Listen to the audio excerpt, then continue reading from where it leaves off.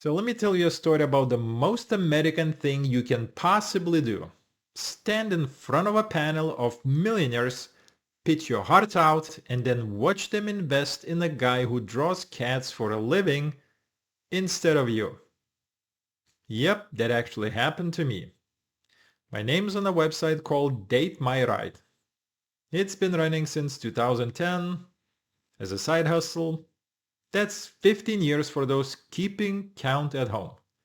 15 years of grinding, hoping, believing that somehow, someway, this thing would take off. And the punchline? It never did.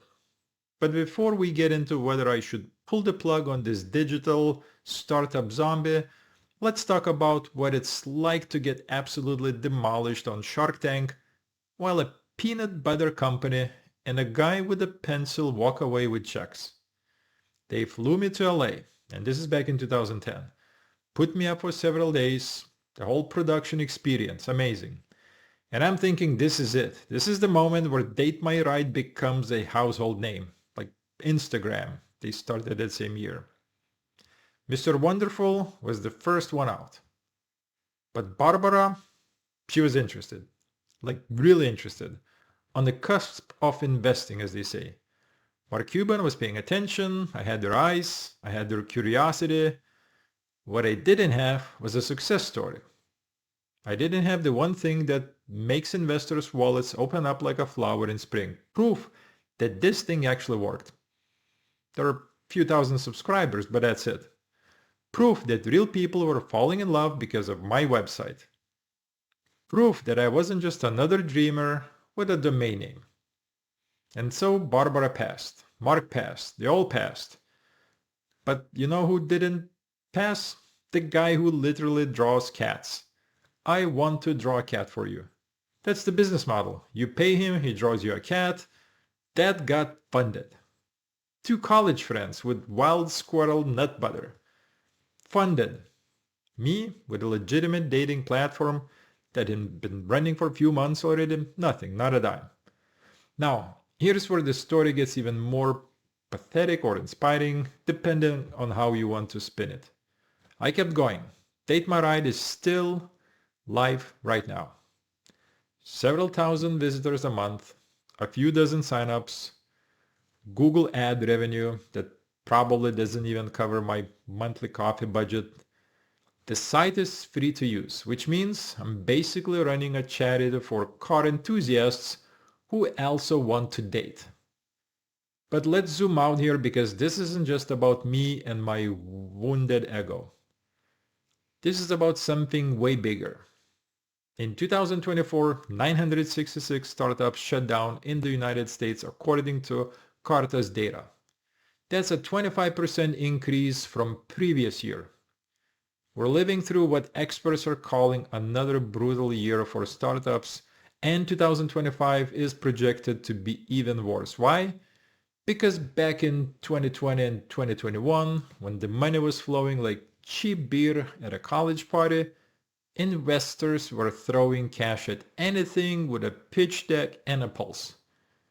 Companies got funded at insane valuations before they were ready, before they had product market fit, before they had any business receiving millions of dollars. And now the bills come due. Interest rates went up. Venture capital dried up. The graduation rates from seed funding to Series A went from 25% down to 10%. 10%. That means 9 out of 10 startups that get initial funding never make it to the next round. They just die slowly, burning through cash until there is nothing left but a LinkedIn post about exciting new opportunities and a founder who's aged 15 years in 3. Here's what kills me though. I'm sitting here with Date My Ride, which has been consistently mediocre for 15 years, wondering if I should finally put it out of its misery. Meanwhile, there's this entire mythology around Shark Tank rejects that turned into massive successes. Ring, the doorbell camera that's probably watching you right now. Jamie Siminoff pitched that on Shark Tank back in 2013 as Doorbot. Kevin O'Leary offered him a loan deal. Siminov walked away with nothing. Know what happened next? Amazon bought Ring for somewhere between $1 and $2 billion.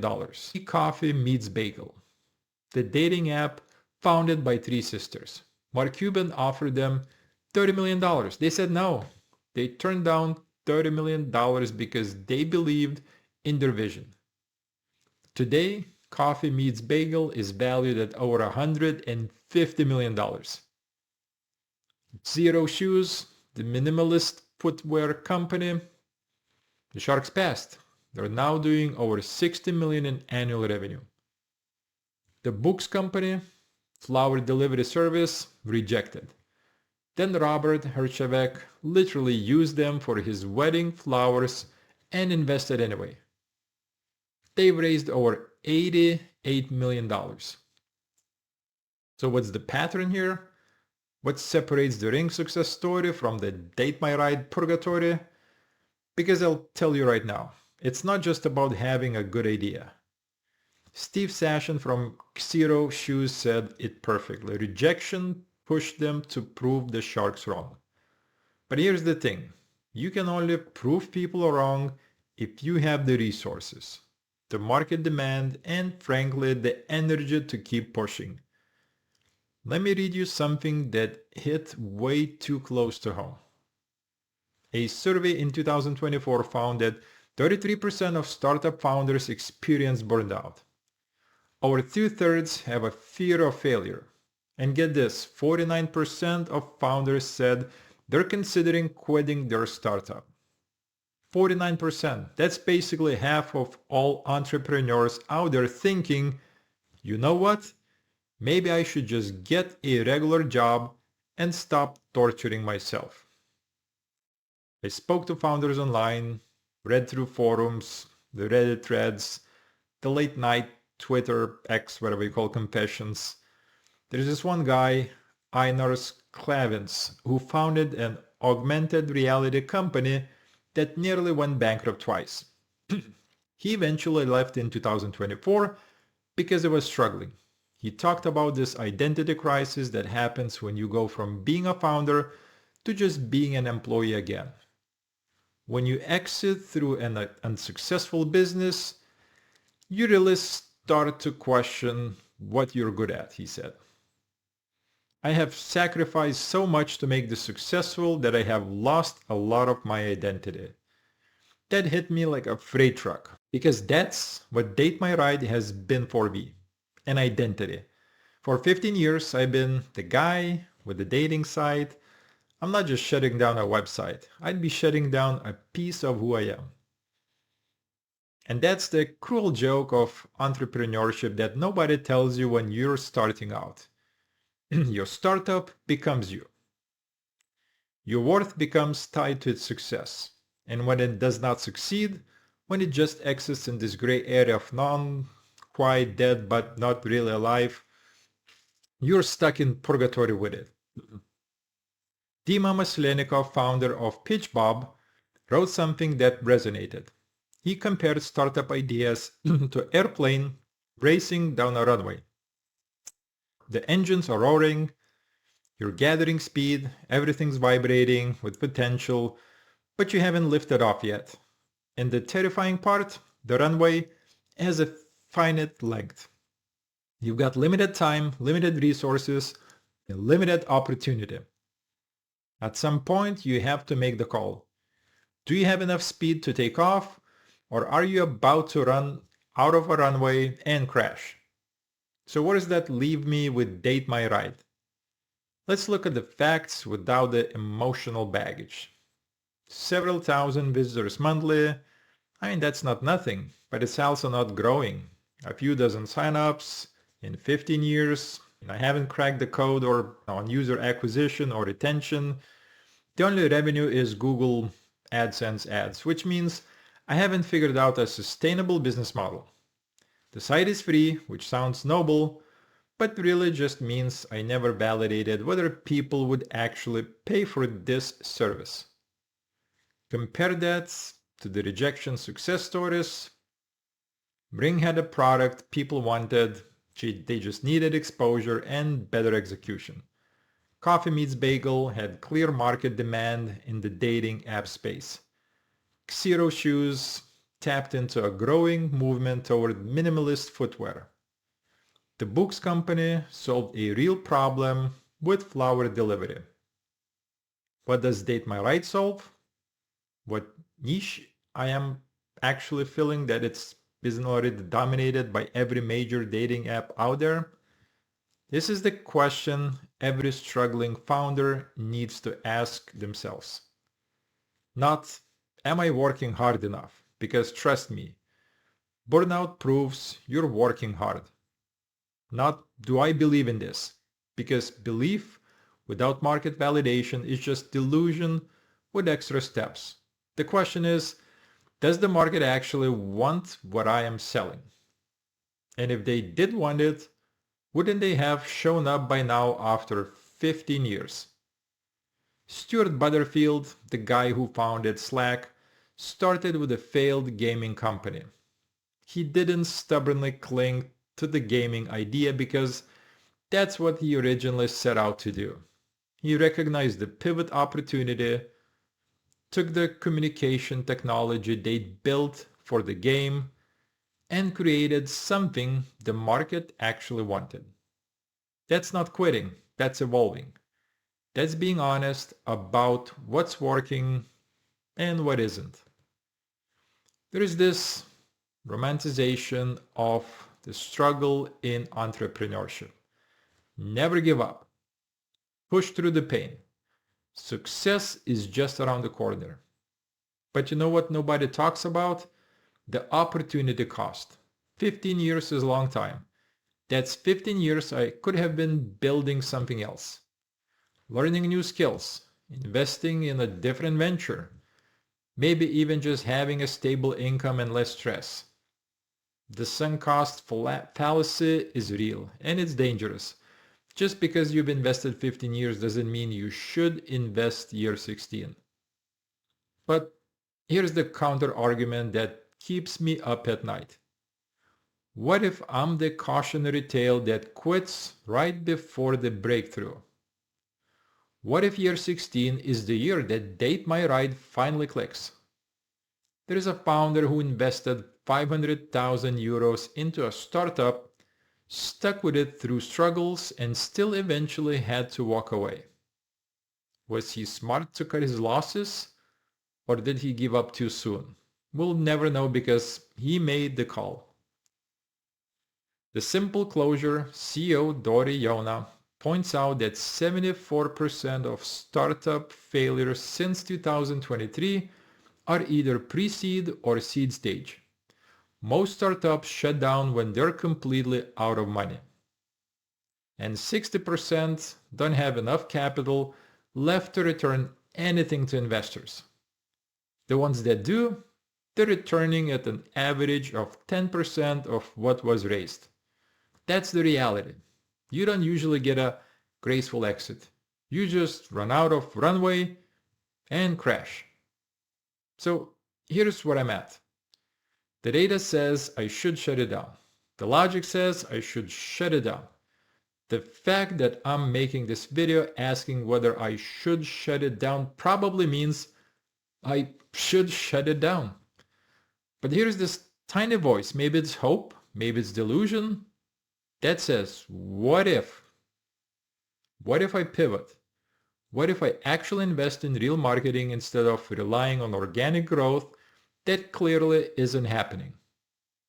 What if I charge for premium features and finally validate whether people will pay? What if I stop treating this like a side hustle and actually commit to making it work? These are all valid questions. They're also the same questions I've been asking myself for years without taking meaningful action. And that's the real answer, isn't it? If after 15 years and a Shark Tank appearance I still have not taken the actions necessary to make this work, then I've already made my choice. I'm just too emotionally invested to admit. Date My Ride exists in limbo because I exist in limbo. neither fully committed to making it succeed nor willing to let it die. The brutal truth that's emerging as I talk through this is that Date My Ride does not need more time, it needs a founder who's all in. And I don't think I'm that person anymore. Maybe I never was. Maybe that's why Barbara and Mark passed. Maybe they saw what I couldn't admit to myself, that I didn't have the fire, the obsession, the willingness to sacrifice everything that successful founders have. Ring's founder mortgaged his house. The BetJet guy was told his product was dead on arrival and kept pushing. The LibBar founders were called cockroaches on national television and turned into motivation. These people didn't just want success, they needed it. They could not do it. For me, Date My Ride is something I keep alive out of habit and ego, not necessity and passion. So maybe the answer isn't about market data or user metrics or potential pivots. Maybe it's simpler than that. If you have to ask whether you should quit, I probably should. Not because the idea is bad, but because you've already emotionally checked out. You're just going through the motions, hoping that passive effort will magically produce active results. 15 years is a long enough to know. Long enough to have figured out product market fit. Long enough to have built real traction. Long enough to have either succeed or learned everything you're going to learn from the attempt. The question isn't, should I shut down Date My Ride? The question is, what am I building instead? Because here's the thing about entrepreneurs, real ones anyway, they can't help themselves. They've always been building something. The difference between success and struggle is being honest about when something isn't working and having the courage to redirect that energy somewhere it might actually matter. I watch videos about guys drawing cats for money and think, how did that work when my thing didn't? But maybe that guy just loved drawing cats more than I ever loved Date My Ride. Maybe that's all it takes.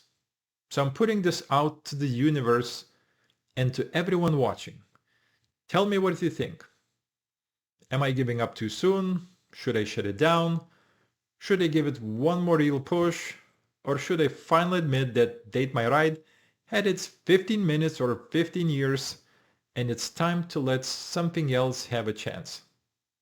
Because at the end of the day, life's too short to spend it running a website nobody really needs that you don't really love anymore.